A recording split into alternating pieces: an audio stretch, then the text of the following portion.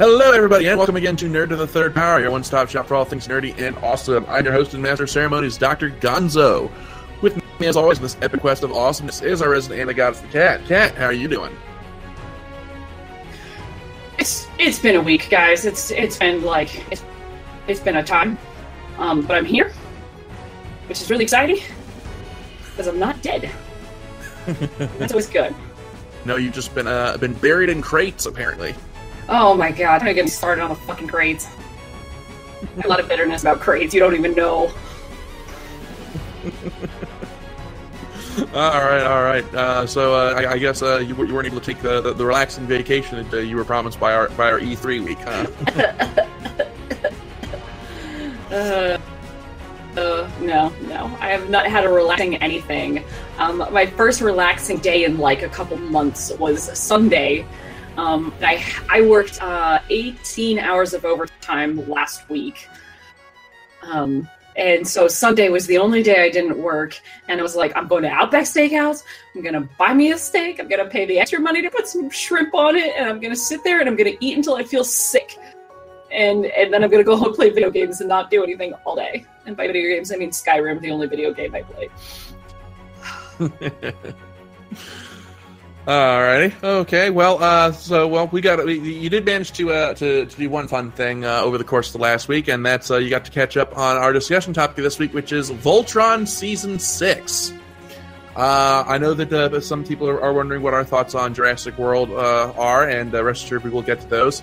But we kind of had to weigh our options this week. On the one hand, we had Voltron. On the other hand, we had Jurassic World. One has robot lions. One has dinosaurs. And ordinarily, these things are pretty side to side on the hierarchy of awesome things. But those robot lions can come together to form a super fighting robot, and that gave it the extra push it needed. And once we made that determination, our course was clear. So sorry, dinosaurs, you get to wait a week. I actually haven't had time to see Jurassic World, which is the saddest thing I've ever said because, you know me, I love dinosaur movies. Even if it's terrible, I'm still going to love Jurassic World, and I didn't have a chance to go see it over the weekend, and sadness. So thank God we're doing Voltron this week so that I actually have time to go out and see Jurassic World. So yes, but there's procedure to follow, so we're going to begin, as always, with Ask a Geek, and we got some questions here. First question here comes from frequent offender Beeman to Cashman, and he asks you, Kat, if you listen to any Japanese rock or metal bands like Crystal Lake, Cold Rain, or My First Story. Oh god, I used to listen to a lot of Japanese music. I really don't anymore. I've seen a lot of bands in concert, like at Otakon and stuff. I saw like TM Revolution, and I saw L'Arc-en-Ciel and Muku and all kinds of Angela, bands who do anime theme songs. I don't listen to any Japanese music anymore. It's really, I don't want to say it's hard to obtain legally, but I have become a person who doesn't really like to pirate music, and it's a lot of money to get Japanese music legally. And so I just haven't wanted to invest in it. And if I did listen to Japanese music right now, it would be like the same bands that I listened to like 12 years ago. It would just be those same bands. I wouldn't be like going out of my way to discover new bands or anything like that. And this is really even sadder because one of my very good friends just started up a podcast for Japanese music called Ondaku to You. Ondaku to You, I think is how it's supposed to be said, because it's a mixture of English, but why it's like ongaku, which is the word for music, to, which is and then you, Y-O-U, but that could be like a really weird spelling of yo, so I'm not sure, but anyway, check that shit out, because I haven't yet, which makes me a terrible friend, because I liked the page on Facebook and everything, and then I haven't actually listened to it, but I was like, oh, I should listen to this, and I'll get some, like information about some new music that's out, and it'll probably mostly be J-pop, but, it's my friend whose opinion I trust about music that I would actually like, I should just fucking listen to it, so I apologize, no, I haven't listened to any kind of J-rock or anything lately. I spend more time actually, working with J-rock bands or whatever at cons than I have listening to their music. Maybe that's why you don't listen, because it's become kind of like I do so much of this at work. I want to get away from it when I'm at home. Well, a little bit. I mean, I got into baby metal for a hot minute there, along with everybody else who listened to baby metal for a hot minute there. But that's, really, it's been like probably 4 or 5 years since I discovered a new band or anything like that. Okay, all right. And okay, let's see. There's another question here for you, and this one comes from Laura, and she asks, "You Kat, I realize that you're not a gamer, but you mentioned on the show being a Kingdom Hearts fan. How excited are you that we finally have a release date for Kingdom Hearts 3?"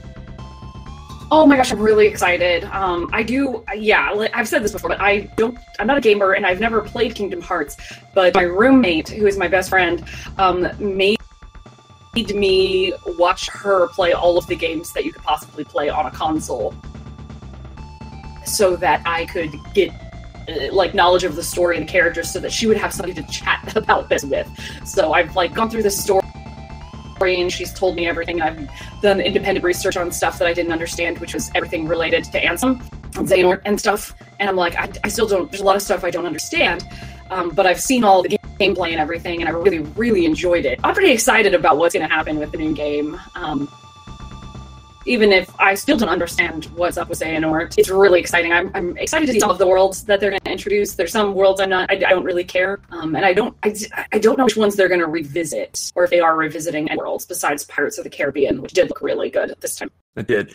As for not being able to understand the complete story, I don't think anybody understands the complete story of Kingdom Hearts. I think it's like how old European monks, different monks would memorize different passages of the Bible so that between them they would have a complete understanding, but no one person has the complete timeline. Right? I feel like if I did drugs, maybe I would understand it more. Like I could put the pieces together if I was on speed and my brain cells were working just a little bit faster, or I was, seeing things that didn't exist or something. I feel like I'm just not a person who's going to understand everything that's going. That's Laura's question. Thank you. And then we got a question here from Ray, and he's got one for me, and he asks if I'm excited about the Retron 77, which for those who don't know what that is, that's the new retro console from Hyperkin that plays Atari 2600 games in HD. I've not had a chance to pick one up yet. I've seen some reviews. I'm kind of curious. The thing is, my Atari collection isn't really that big to justify my purchase of one. I've really only got maybe 8 Atari games. They came with the console, and I really don't know if I'm going to build up a huge Atari collection. So, but we'll see. But that's all the Ask Geek questions that we have for this week. As always, thank you for sending them in. You guys always can send them to us through the email at drgonzo@nerdtothethirdpower.com. I love getting your questions. Love reading them on the air. So get your questions in. We love hearing them. And so with that, we're going to jump right into our discussion topic, which is Voltron Legendary Defender Season 6. Which I think I can sum up with just 2 words. Those words being, holy shit. We were saying before we started recording that this might actually be the best season. I don't think there's any might be about it. This season had me rooted to the edge of my seat throughout the entire throughout my entire viewing. It was, and not even the whole seat, just the edge. It was like those old monster truck commercials. We'll give you the whole seat, but you'll only need the edge. But yeah, this is definitely almost, I think it was 7 episodes long. But wow, what a packed 7 episodes. So we're gonna go ahead before we get started. Can I say that if this season, if for whatever reason that Netflix doesn't wind up picking up the show for another season, this would definitely be a season, a good season to end on. Just the way that it wrapped up the whole arc with Lotor and what he was planning. It definitely felt like they were kind of like, okay, we were probably gonna get picked up for another season, but just in case, let's make this one epic. Yeah, and it did end on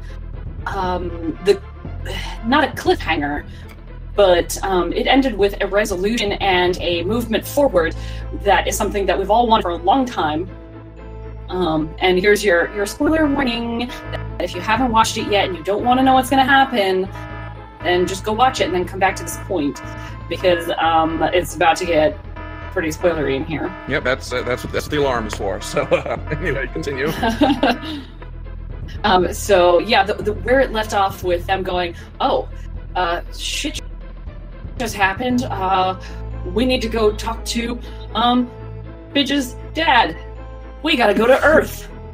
So they're like, guys, we're going home, and it's something that we've been talking about for a long time. That it's something that we as fans have wanted to see happen. For reasons that I'm sure we'll get into later towards the end of the episode, but it's really exciting that where they ended it was a big resolution to a multiple story arcs, and now it's sort of like they're going to start fresh, move forward, and go home and take us to a new setting. Well, it'll be like a new setting for us anyway. Well, I mean, I suppose we could really call it a new setting because we only saw Earth for, 3 episodes way back in the first season? Yeah, we saw it for an episode, and it wasn't very long, and it's not a version of Earth that we're very familiar with. Like, we know that countries are a thing, but the fact that they have, like, whatever force that they, like the Earth Defense Force or whatever it's called, that these guys were all part of, like, it's not a version of Earth that we know. And the kind of technology that Papa Holt will have brought home, and the things that they will be preparing for, again, are going to be unfamiliar to us, because we just didn't glimpse it for very long. So it's going to be interesting. I just want to know, in next season, when we go back to Earth, I just got 2 questions. 1, are pizza bagels still a thing in this universe? And 2, will they introduce Karan to them? There's so much interesting stuff to introduce Karan to, and we did talk about that at the end of the episode. Yes, we are getting ahead of ourselves. So let's start by winding ourselves back to at the beginning of the season. Season 6, where season 5 ended, with Lotor as the ruler of the Galra Empire. And he and Allura went to the Altean version of Shangri-La to learn the secrets of Altean alchemy. And this whole time, we just in the back of our mind, just kind of thinking, okay, what's Lotor's endgame? What's he really building up to? And it seems like he's been genuine in his efforts to bring about a new peaceful Galra Empire by trying to find an alternative source of quintessence. So the season 6 begins with Allura helping Lotor. I almost called Lotor Galra. I'm getting really tongue-tied here. Curse these names! So season... They're not even that hard. They're really not even that hard. I know, that's what makes it even worse. So when season 6 opens up, Allura is helping Lotor build another new ship with the secrets of Altean alchemy, and the things seem pretty good, almost too good. So, but meanwhile, behind the scenes, we've got Hagar, who's off on her little vision quest, and we're trying to figure out what is up with her, and what connection she has with Shiro, which we finally get to see this season. That we learned that this Shiro that's been with us is not actually Shiro, but we'll get into that later. The one problem that I really kind of had with the start of the season is season 6, the first episode of season 6, it really felt like just kind of almost like just a retread episode. Like it was just kind of retreading ground that we'd seen in season 5 to just kind of bring us up to speed, which is kind of why I'm having a real hard time coming up with things to say about the first episode. Yeah, I think it was like a gentle nudge into the new season. It had just enough new intriguing stuff in it, and all of the character dynamics that we could possibly want. Nothing groundbreaking happened in the first episode, and when you only have a limited number of episodes, it's sort of you have to make every episode count. And I thought the first episode was fine. I didn't really have any problems with it.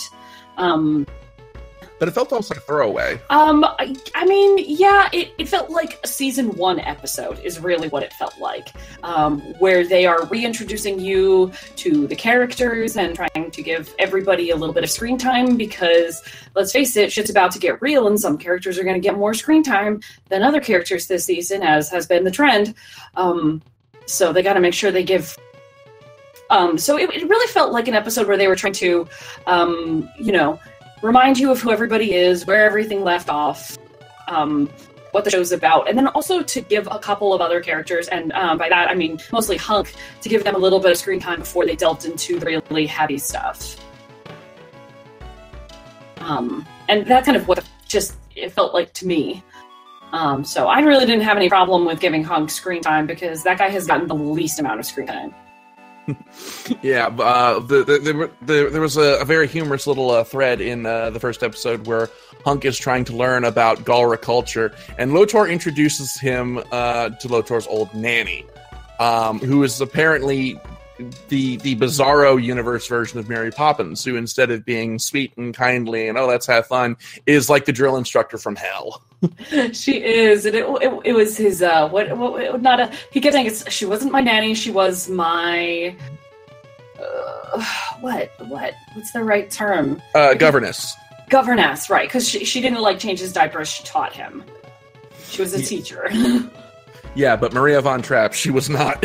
Oh my god, she was amazing. If I do this, will I learn what Frepitza means?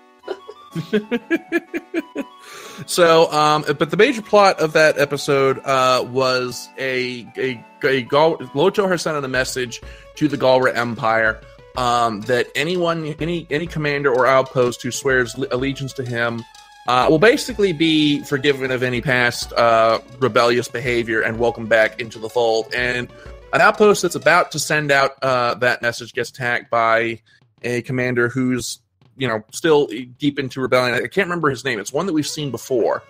And the issue is this outpost is situated on a planet that orbits a star's radiation belt, and past through it has a shield that it has to have up, or else the whole outpost, the whole planet gets burned away.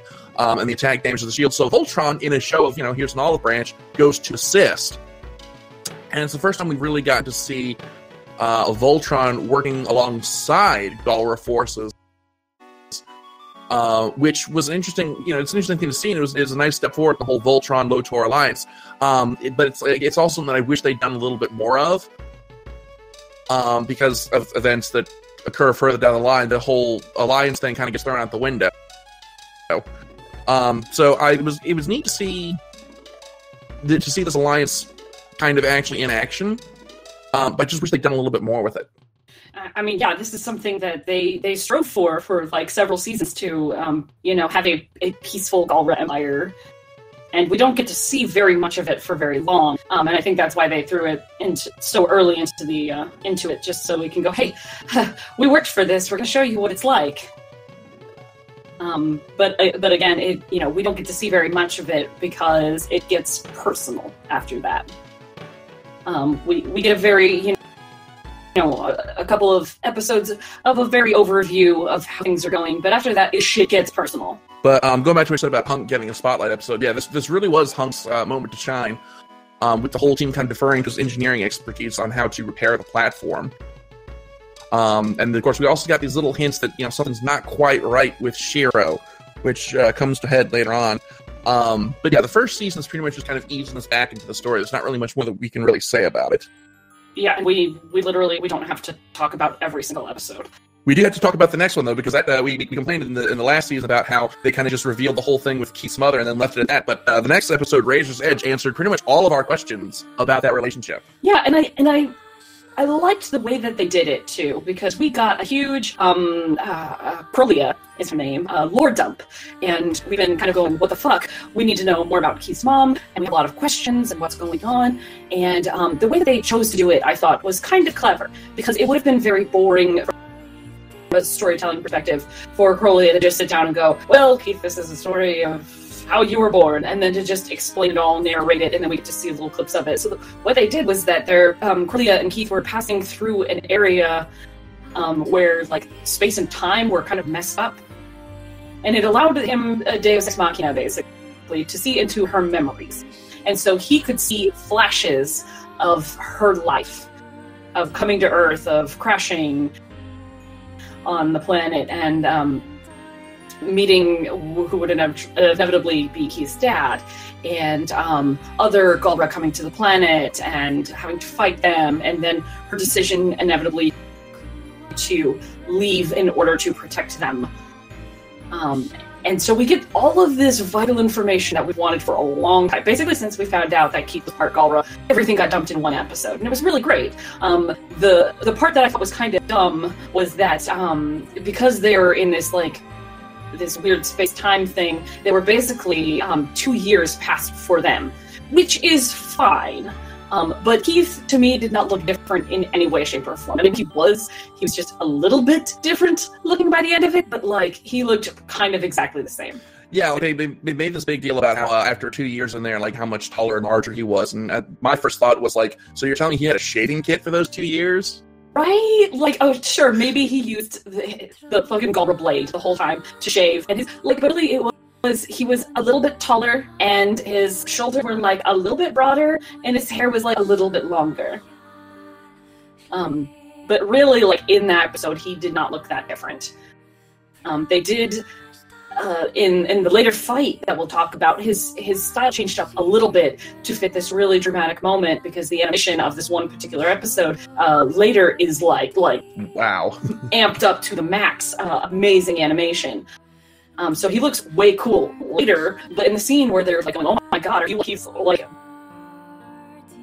like what do they say, like buffer older brother? Buffer, taller, older brother. Something like that. I'm brother. like, he looks exactly the fucking same. He sounds exactly the fucking same. The only difference is that he has a space wolf now.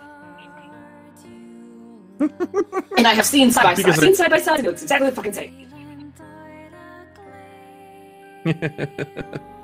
Yeah, but I really like that we got to finally find out about Crowley and her backstory, and it was really heartbreaking to see. And I love the way that they did it all in flashback without just doing a giant info dump, because maybe this is just me getting older, but I got really bored of that. Just the sitting by the fire and, oh, here's my story, and it's going to take the whole episode for me to tell it. So I thought it was really creative the way that they showed those flashbacks. I do agree that the whole 2 years thing was kind of not really necessary. It felt like, I don't know, can you really call it a Deus Ex Machina when it really does nothing to advance the plot? I feel like, that the whole, oh, it's been 2 years for me, that wasn't really all that. I didn't really see a real point to that. Yeah, I don't think it really did anything for the story. It might have been more to prep Keith to play an older character, if that makes sense. Because of everything that happens with Shiro, and Shiro has always sort of been the older brother to everybody, and I wonder if they're trying to slide Keith into that position. Keith because they've tried him as the leader of Voltron, and it didn't really work out super well because he's kind of mature, and I think it's possible, if not probable, they wanted him to have a bit of his own personal time skip so that he could be a little older, a little more mature, cool his temper down a bit, and make him into the new older brother role, or something along those lines. Because otherwise, yeah, like you could have said it was a couple of weeks and he could get a space dog bond with his mom and it would be fine. Because he'd already been for so long anyway. But to say like, oh, well, time worked differently and it was 2 years just seemed unnecessary. Yeah. So, and that about covers that episode. And then we get to episode 3, the filler episode, and can I say, this is how filler should be done. Oh my god. Monsters and Mana is the title of this episode, and that immediately tells you everything you need to know about this episode. This episode was essentially pointless, like the other filler episodes are. And again, as we said earlier, in a season this short, you have to make time count. And it was a completely pointless episode. But as a D&D player, this episode was amazing. I would have loved a slightly longer season to make this episode more justified. But this was an episode where they had released snippets of it in advance of the actual season coming out, and I follow a lot of D&D stuff on Twitter, and so this clip was floating around of the Monsters and Mana, which is, if you can't tell, it's Dungeons and Dragons. They all get around and play Dungeons and Dragons, and it's really dumb and hella funny. And Corin is the dungeon master, and it is wonderful. It's so good. The scene where Shiro is like, I really felt like my character, we carried a torch, was the realest thing that I have ever seen in Voltron. Well, let's just check your little inventory screen. No torches. I guess you forgot them. That is the realest things ever happened in Voltron. I identified with that scene so hard. Oh my God. What I loved was that it wasn't just a send-up of Dungeons and Dragons, it was a send-up of role-playing games in general. There were nods to, like, World of Warcraft or old-school console RPGs. Like, do you remember the battle scene where it kind of flashed through a bunch of still shots of everybody in battle poses? Yes. Like, half of those are send-ups of cover art from old console RPGs. Like, the first one was from Chrono Trigger, one of them was from Final Fantasy VII. I'm pretty sure one of them was a send-up to a Zelda game. And, these are... Monsters Man is one of those episodes where you kind of have to pause every few minutes and just appreciate just how much of how far-reaching these send-ups are. Because there's if you're into any RPGs of any stripe, there's something in this episode for you. Yeah, I don't know why, but one of my favorite scenes in that whole episode was where Allura is just firing off arrows, and it's like repeated animation with repeated yeah. Like, I don't know why, that just cracked me up so much. And it also plays with some of the weird oh god, the weird tropes from old style D&D, like the healing arrow. You shoot an arrow at somebody and it heals them. And the fact that Shiro kept dying and coming back in, and like, I want to play Paladin again. Everyone's, why do you play Paladin? Oh god, yeah, the legacy characters. I am Shiro's twin brother Jiro, here to complete his quest. Jiro. That was so amazing. That doubly made me laugh because my roommate and I we're in a Pathfinder game and a D&D game right now, and she plays basically the same character in both of them. She's like playing a human bard that's basically Esmeralda in both games, and she just changed the name from Tinka to Trinka. I mean, this is literally like we were watching. Oh god, it's so good. Another one of my favorite parts was Lance being like, "Oh, fine, I'll play your dumb little nerd game," and then he comes in as the fucking thief, and he's like a cat person. Talking about how undetectable and untraceable and silent he is while he's screaming at the top of his lungs. Laughing maniacally. I don't know if him naming his character was a direct nod to Critical Role, because he named his character Pike, which is the name of a character in Critical Role, not a rogue in any way, shape, or form, but still. Made me wonder how much, if any, of the people who had written Voltron had been watching Critical Role. That episode. And again, it was completely story. It didn't advance the plot in any way. It was just a bullshit episode, but it was a really great so it was probably the best filler episode they've ever done. Well, and also if you kind of examine the greater arc of this season and what's to come after this episode, you really kind of need this episode to be where it is, because shit gets dark really fast after this one. It gets so dark. And it comes in at a weird time too, because it's right at the end of the Keith traveling around with his mom episode. You get a bit of a bomb drop. And then you have this episode of complete pointlessness that does nothing to address that bomb drop, and he immediately afterwards picks up where the bomb had dropped. And so you have this ridiculous thing happening in between two pieces of information that lead to the rest of the shit getting real dark. So yeah, you kind of needed it, because otherwise the whole season, minus the first episode, would be so heavy. So heavy. Yeah, so the bomb that gets dropped at the end of episode 2 is we discover that there's actually an Altean colony in the middle of this literal ball of wibbly-wobbly, timey-wimey. Literally, it ends with Keith and Crowley just running into an Altean. They're like, what? There shouldn't be any Alteans left. Yeah, and in episode 4, Keith comes back to the team with Crowley and the Altea, who I believe her name is Rommel. Yes. In tow.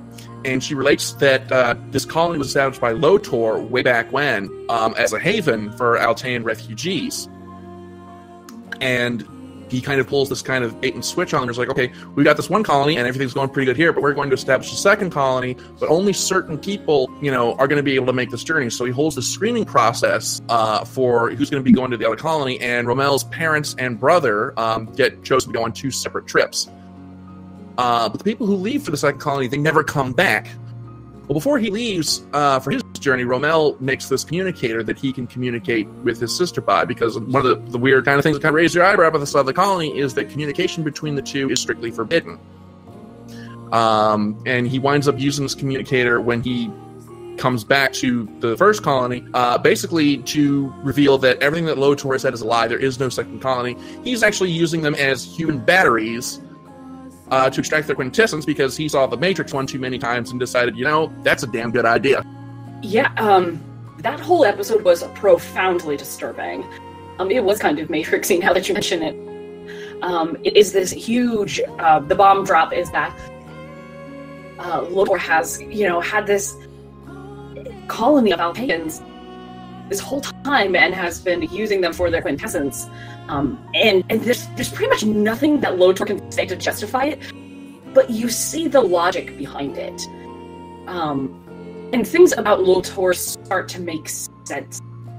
And the fact that he's, he's been so damn shady this whole time, and he's sort of been like, is he a good guy or a bad guy? And now you see, yes, he's a bad guy, but you can understand his logic. It's extremely twisted logic, but you get it.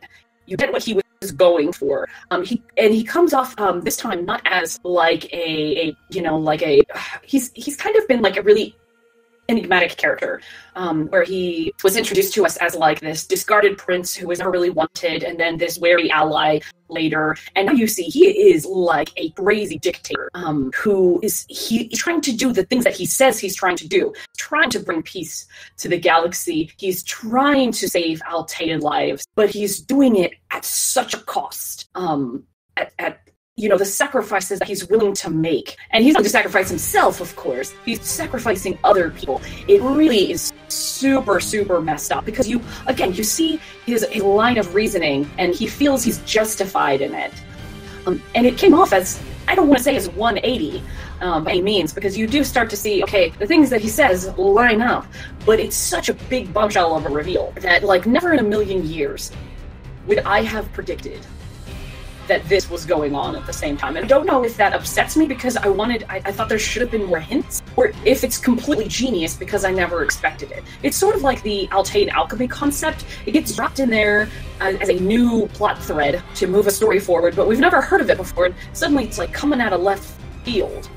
So it almost feels like it was inserted in there, but with just enough logic to it that you can see, yeah, I could see how this has been going on the whole time. Sure, kind of, mostly. Yeah, and it's at this point that we're going to not talk about episodes and instead discuss arcs, because really episodes 4 to 7 are really just one long arc that just bleeds into each other. And one of the things that gets, that I want to kind of touch on something you said, Lotor's kind of freak out close to the end.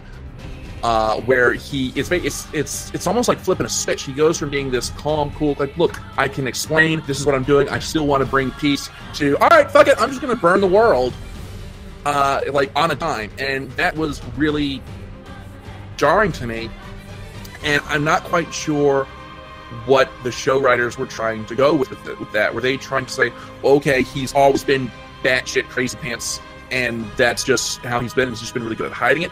Or has it been because of his exposure to the pure quintessence from the other dimension? Because one of the things that we see in this episode is he and Allura are working to build a ship that can go into kind of the void between dimensions to harness the super pure quintessence, and it's been established through Zarkon and through Hagar that exposure to that quintessence kind of doesn't really do great things for your mental state. But again, he spent so little time in there. Are they like it's difficult to believe that one trip that he and Allura took would set him off like that? So it really feels like, I don't know. I kind of don't want to say that him flipping out at the end feels out of character, but it really isn't led up to very well. Right, and that's kind of where I go, wait a minute, he's had a colony of Altaians experimenting on them this whole time? And he presents himself as, like a guy who knows nothing about any of this? Seemed like, yeah, we see a small flip, and then a big flip. And it's really hard for me to pinpoint that personality, the personality of someone who would do such horrible things, that we see in these flashbacks of the Altain colony to the Lotor that we've known. Because Lotor, of all people, has always come off as a man with a plan. A man with a plan. He's kind of like strangely honest. Because from the time that he was introduced as a character, he has kind of been in a shitty situation due to the fact that his dad hates him. And he kind of always came off that, yeah, my dad was a piece of shit, and I really just want to bring peace to the Galra Empire, and I'm willing to do a couple of shady things in order to get that done, and that puts us in conflict with each other. But for someone to be a secret dictator of a planet who has been mad scientisting like a whole planet of people, that doesn't seem like the Lotor that we've had. Like, again, I see the logic of it, but I don't feel that in the character. And maybe that's the genius of the writers who have convinced us that Lotor isn't evil. But again, if I'm not buying it immediately, I feel like that there's a little disconnect in the writing. Well, the whole basically the whole Matrix battery plot, I could see that being the actions of the Lotor that we've seen prior to this season. Because I mean, as I've said in the prior seasons, I've never fully trusted Lotor. I was like, okay, look, there's got to be another shoe to drop here. You know, there's got to be some ulterior thing that we're not seeing. And the whole Altaian colony, that fit. I was like, okay, that's it. That's the other shoe. That's what I was waiting to drop. The flip that I'm referring to is like at the very end, when in the final confrontation. I know which where he just goes complete axe crazy. It just came out of nowhere. Yeah, that I fully believe was a quintessence. But I can't help but think that because Hagar had long exposure and Zarkon had long exposure, and they both lived for a really long-ass time, like, they've said that there's no reason why they should have lived so long but for the quintessence. Lotor has been alive this long. It has to be from the quintessence. Nobody's asking this question, but I'm extremely confused. Because he was definitely conceived before Hagar was Hagar when she was still Arba. So that's a long-ass time for him to be alive. Like, this was a piece of confirmation that I was really looking for in several seasons now. Basically, since Lotor was introduced and we figured out that he was Hagar's child, was that he shouldn't have been alive this long. Unless it was for the quintessence, as far as the canon that has been established in this particular version of Voltron. So I think maybe he really was crazy, possibly due to exposure of quintessence. It would make sense to me.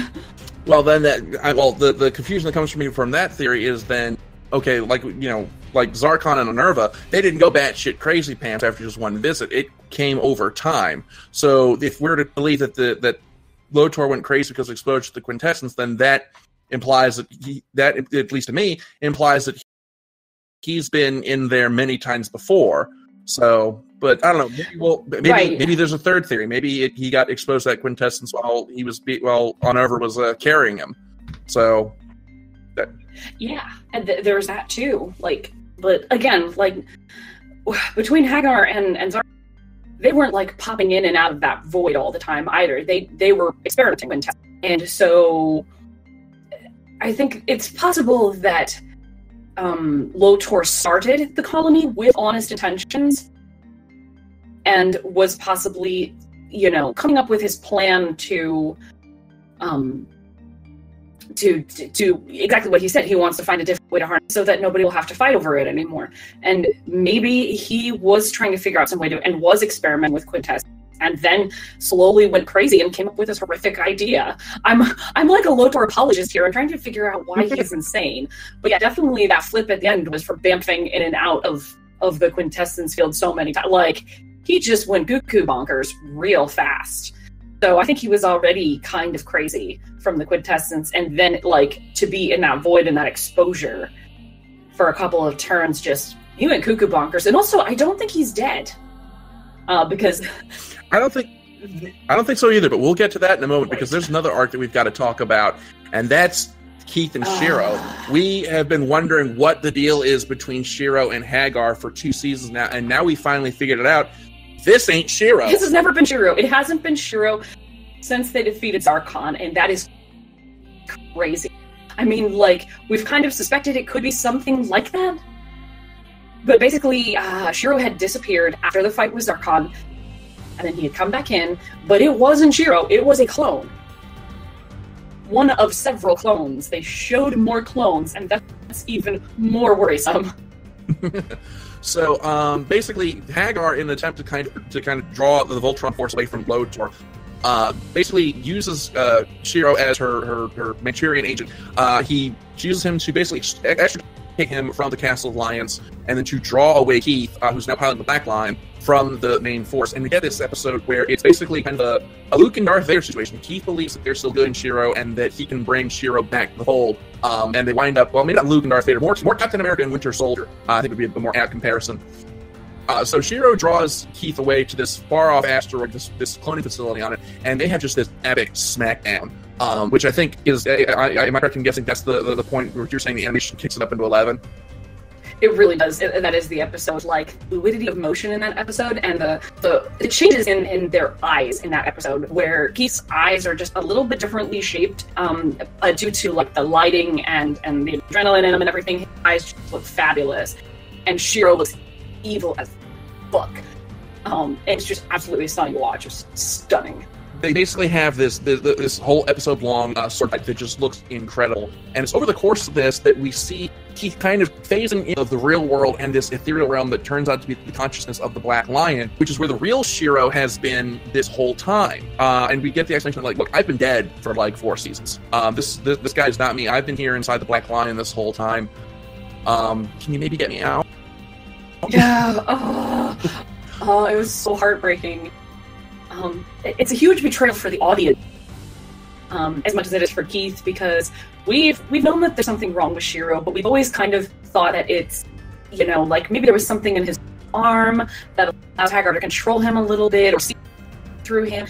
But to know that it was never Shiro, like at all, and that they were just being played this whole time. Like, I think part of it is, like, I don't know how they did it. I don't understand, because it's clear that Hagar wasn't in 100% control of the Shiro clone the whole time. So they, like, cloned his like, consciousness or some part of him that would allow him to be a functioning person outside of, like, complete control. Like, he had to be able to function on his own. But this person who's been fighting alongside of them this whole time has been a fucking clone. Why would you do this to us? That is heartbreaking, especially for Keith, because we do get to see a couple of flashbacks of Keith when he was younger and how Shiro was a mentor to him. And, they had said in, like, the very first episode that Shiro and Keith knew each other for a bit of time, and we never really had a full grasp of how long they had known each other or how close they were. It was just that they were very good friends. And, we're always going to look out for each other first. And to see that, Keith, like, Shiro has basically been Keith's surrogate older brother, because Keith eventually had no family, which was another thing that I never got out of any prior episode, was that Keith's dad is dead. I didn't realize that. I just thought he was, like, Keith was the kind of guy who was out on his own a lot and didn't really live at home anymore. I didn't know until this season that his dad was dead. So that made it even heavier that Shiro's the only family he has until Prolia comes in. But it's the only family that he knew for several years. And to know that this person that he views as his older brother has been dead for quite a while now, and this is a fake. Oh, that is some really fucked up shit, guys. That's really fucked up. So, but eventually Keith manages to overpower the Shiro clone and knocks him out and brings him back to the rest of the team to see if there's any way that they can help the real Shiro. And meanwhile, he arrives just in time to save the team, to join up with the rest of the team as they're battling Lotor in his ship, which at this point I'm going to take a moment for myself and pat myself on the back, because I called this several seasons ago. Remember those weird-ass ships that he's been building over the course of this show? And I guess way back when that he was trying to build his own Voltron. That is exactly what he was doing, and I was so proud of myself when they finally showed it off at the end of this season. I know, I was thinking about how we've been called a while. I was like, fucking finally! Like, I don't think it's very cool looking, though. That was the whole thing, is I thought it was his Voltron, or whatever he calls his, was kind of dumb looking. So, well, I think he was focusing on function over form, because holy shit, was kicking their asses for a good while. He was so OP in that fight, and a lot of it was because he was using the ship's functionality to bamf in and out of that void realm where the quintessence is. And that becomes important with what happens immediately after the fight. But yeah, that made him OP like crazy. Yeah, and that was where I got really impressed with the CG animation for the two robots. Because we finally get to see, like, we've seen Voltron, be like uber powerful and destroy like road beasts and shit in the past, but this is the first time that we've ever gotten to see it really cut loose and go toe to toe with something that's on its level. And it was really awesome to see that fight. And we also got kind of some hints that there were some capabilities, well, not really hints because it's something that's been long established in the series. We get to see that there's some capabilities of Voltron that we weren't really aware of before. There's still more for us to learn about this thing. Like, apparently it can rocket punch. The Green Lion is apparently capable of rocket punching. And then what did the I think it was the Red Lion did something kind of funky while they were in that void as well? I don't remember. Oh darn, I'll have to watch it again. Oh, however will you survive? Oh god, it's my burden to bear. Actually, the one that made me really laugh was the Black Lion apparently has laser eyes. It shoots lasers from its fucking eyes. Laser eyes. Taser face.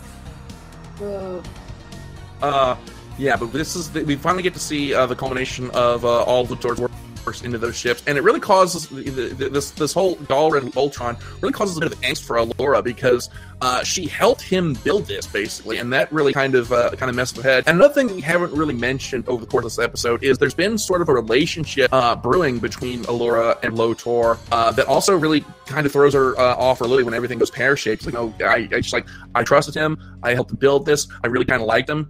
In a way, this is kind of my fault. She goes into kind of a really depressed / berserk funk over this. Like, I think the point where the high point of it to me was when she finally calls Lotor out at the start of the confrontation, and she's like just screaming at him. Like, this is the least composed we've ever seen Allura for this whole series. She is just furious. As well she should be. Because, yeah, but it's like this. We've never seen her lose it like this before. Yeah, and one of the big important things to note that, far as we could tell, they had mutual feelings for each other. What appears to be mutual feelings. And meanwhile, it is revealed to Allura that Lance also has feelings for her, and it's like Lance has always flirted with her and everything, and she's always brushed it aside. But she kind of she gets told that that the things that Lance says to himself. That it's not just a crush at this point. He is definitely in love with her.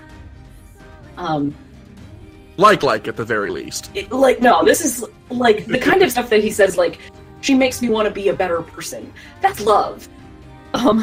That's cartoon love, guys. And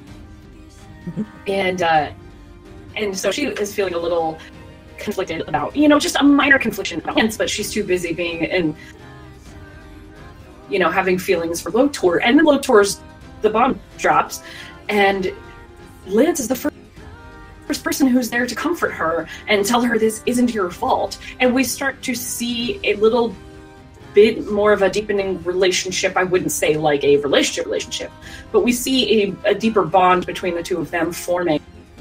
And it's a bond that's been there. He is always the first person to comfort her and tell her what she needs to hear, but it's never meant quite as much before as it does now. And after Lotor flips shit, he says, "My feelings for you are genuine," and I believe that. That's kind of the original version of Lotor from the old cartoon. That Lotor had some pretty messed up feelings for Allura. That was... And I was always wondering if we would go there. The point where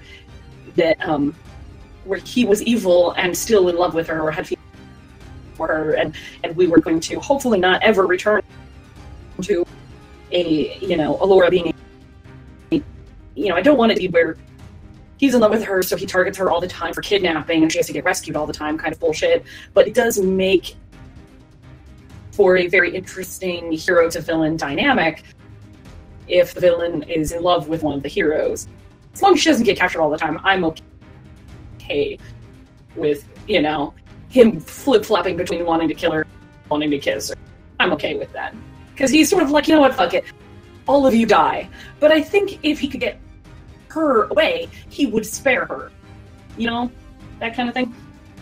So, so they go through with the fight. They end up, or Allura ends up with, they go to that quintessence field basically in order to fight with him on his own terms.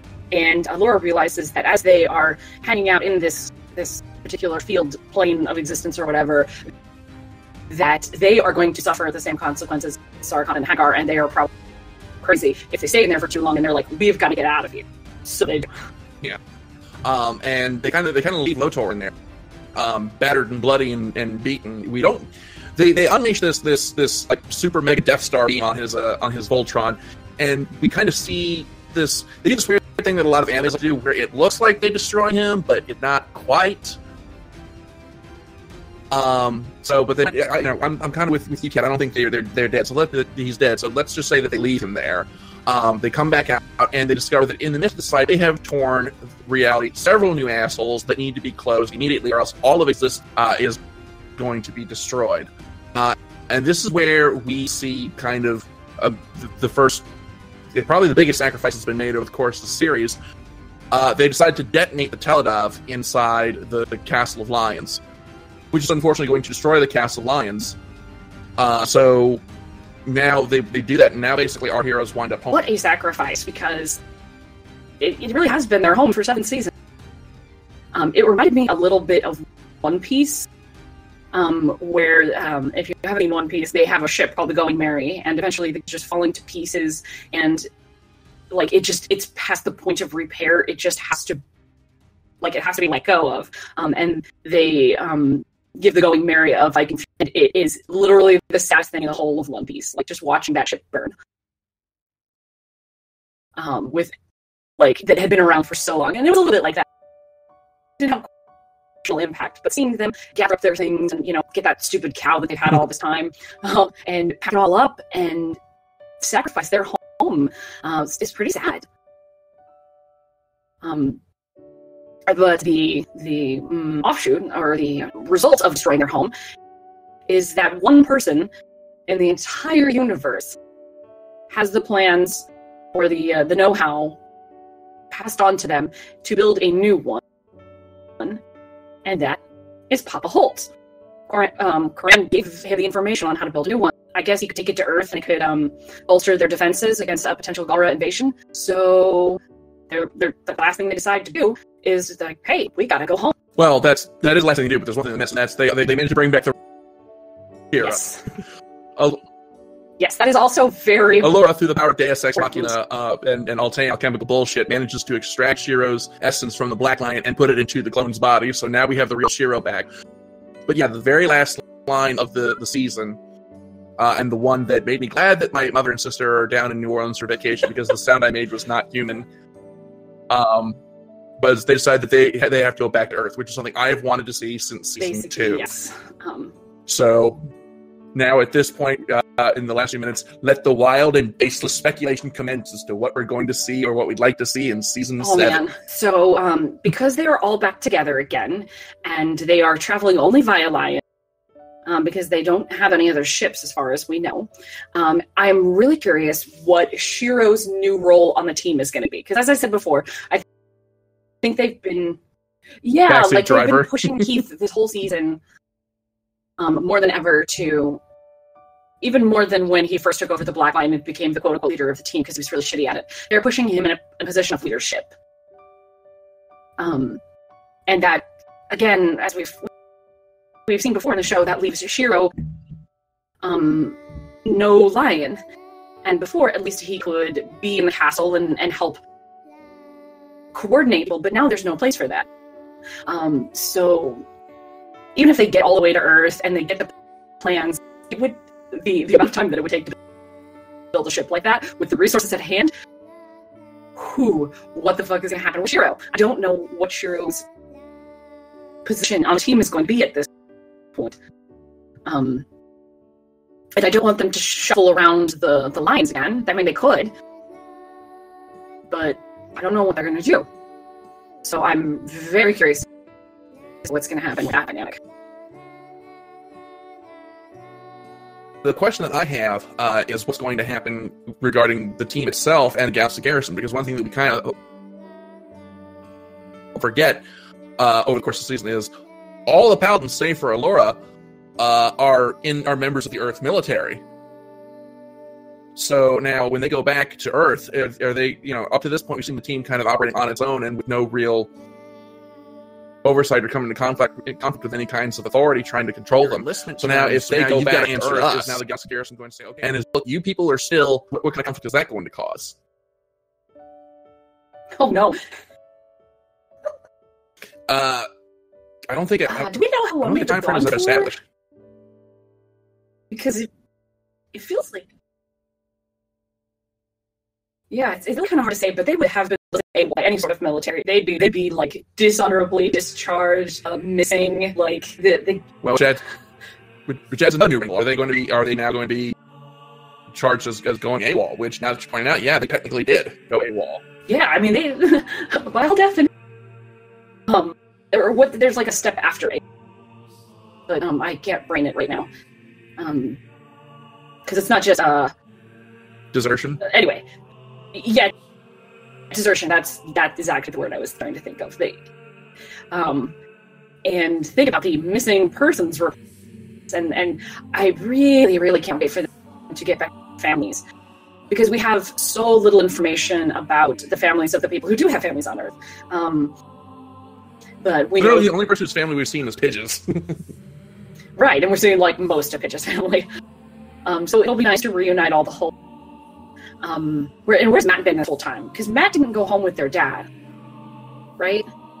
I don't believe so. I think he stayed with the Coalition forces. So that'll probably be the first thing they do. Is they'll swing by wherever he is and pick him up. Yeah. Okay. So that was my concern. Was like, I don't remember where he was all this time. I think he's on the planet that got attacked by the plant monster last season. Oh yeah. Okay. Yeah, that makes sense. So go swing around. And they go to Earth. I really desperately want to see Lance's family, because it has been implied over the seasons that Ned's family was very important to him. Obviously, like the Holtz are the family that we've seen come in, and we understand that Pidge's family is very important to her. But Lance is the only other character who's like pining for home. And also, Lance isn't American. And it could be really fun for them to be like popping around to different countries to go visit families, and to have more than just the Galaxy Garrison setting could be really fun. Yeah. Because imagine like this fucking cat robot landing in Cuba, like at their doorstep with his huge ass family. Hey Mom, this cat followed me home. Can I keep it? He would say that. Oh my god. Oh my god. House trained, I swear. So I think getting to see the families of those who and like I don't know for sure, but I would assume Crowley is gonna go with them. Because he's along for the ride. Yep. Now, something that I really want to know, and because this is, in every season, the character gets kind of shunned off the side. We don't see much of it. In this season, the winner of the shunt to the side lottery was Hagar, who we see for all of, like, I think a grand total of 10 minutes in this season. And she visits the Altea in Shangri-La, just as Lotor and Allura did. I almost called Allura Altea again. Oh, God. And we see that, her skin is no longer the Galra purple, and her eyes are no longer the glowing yellow. And she seems a little bit more in control of her faculties. So I guess now my question is Hagar going to be the new big bad? Is she going to be the major villain of Season 7? And what was the point of her whole makeover, basically, over the course of the first couple episodes of the season? Like, what is... I want to know what her endgame is now, because, Zarkon's gone, with no indication that he can come back. We have Lotor missing in action, a chance that he might be able to come back. Hagar's really the only character now in a position to take control of the Galra Empire. And I want to find out what her plan is and what her endgame is with that. Because we kind of got some hints last season that she doesn't really care for the greater Galra Empire as a whole anymore. anymore. She was really just there for Zarkon and for Lotor. So, what's going to be her plan now? Yeah, and this whole thing with the fact that I don't think Lotor is dead, and all of this manipulation of planes and quintessence, if anybody is going to pull Lotor out of it, if he doesn't pull himself out of it via some ship machina, then Hagar would be the right person to pull him out and bring him back to the regular plane of existence. And there's no way he's not cuckoo bunkers now with how much time he spent there. So we could be looking at a super evil Lotor next season with Onerva pushing him in the right direction. Because it kind of seems like she has had this desire to protect him at any cost, and it doesn't matter who the cost is to. And if he comes out of it stronger and really fucked up from being in there, her desire will still be to protect him, and that might mean pushing him in a direction that old Lotor might not have wanted to go to, but new, crazy, messed up Lotor would be, willing to go to. So maybe we'll see something like Lotor as with Onerva as the new Hagar. But actually what I was thinking was because Lotor was very impassioned on the idea of Altean culture. And honestly, one of my thoughts is that Onerva and Lotor might just obliterate the Galra Empire. And instead of having an invading force of evil Galra, we could be looking at an evil force of fucking Alteans. Ooh, and then that would be an interesting callback to the last time they went to the alternate universe, and not the Alteans and the universe tyrants. Yeah, it makes sense to me because they already have a plan of people who are loyal to Lotor. Like, this goes back to him being like a dictator and them worshipping him. I mean, like, if he has been established over several generations as a savior of the Altean Empire, he could easily manipulate them into fighting for him against the Galra. Like, this would be such an amazing flip of the last 6 seasons of fighting, where it's been, like 2 Alteans and an entire universe against them. And to now see the Galra losing to the Altean would be potentially a really interesting direction to take the show. Maybe. We'll just have to wait and see. So, but we're kind of running a bit long here. That's about all the time that we have for Nerd Power this week. That's Voltron Season 6, out on Netflix right now. If you haven't seen it already, definitely go check it out. It's an awesome show. You can probably burn through it maybe over the course of a day. The next big offerings from Netflix that we're looking forward to, I'm looking forward to, is Castlevania, and then, of course, Stranger Things Season 3, which we're supposed to get later this year. So, that's all time we have for Nerd in the Third Power this week. Thank you so much for tuning in. We'll see you next week. As always, I'm Dr. Gonzo. I'm a cat. We'll see you next week. Talk It Place Out.